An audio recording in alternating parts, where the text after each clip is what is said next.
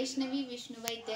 मी ज्ञानोपासक महाविद्यालय येथून BA तृतीय वर्ष या वर्गात शिकत आहे आणि आज मी आपल्यासमोर कविता सादर करते आहे, मला उमगलेला शिक्षणाचा अर्थ। तर मी कविता वाचायला सुरुवात करते।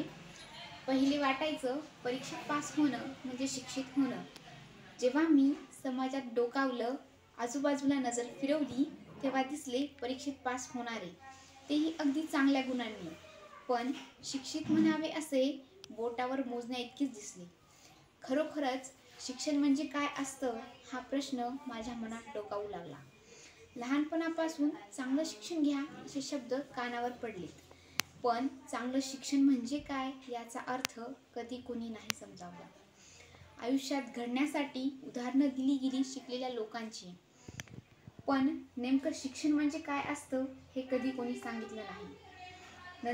नंतर समजायला लागलं की शिक्षक जो शिकवतो ते म्हणजे शिक्षण, पण आयुष्याने असे काही धडे शिकवले की जे शिक्षकांनीही शिकवले नाहीत। पुन्हा हाच प्रश्न माझ्या मनात डोकावू लागतो की शिक्षण म्हणजे काय असतं। आज म्हणायला गेलं तर समाजात शिक्षित लोकांची संख्या वाढत आहे।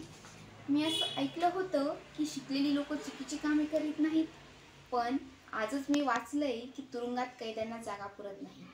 कैद्यांची संख्या दिवसेंदिवस वाढत आहे।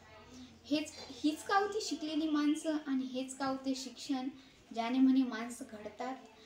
शिक्षणाचा नेमका अर्थ अजूनही मला उलगडलेला नाही। पुन्हा हाच प्रश्न माझ्या मनात डोकावू लागतो की शिक्षण म्हणजे काय असतं।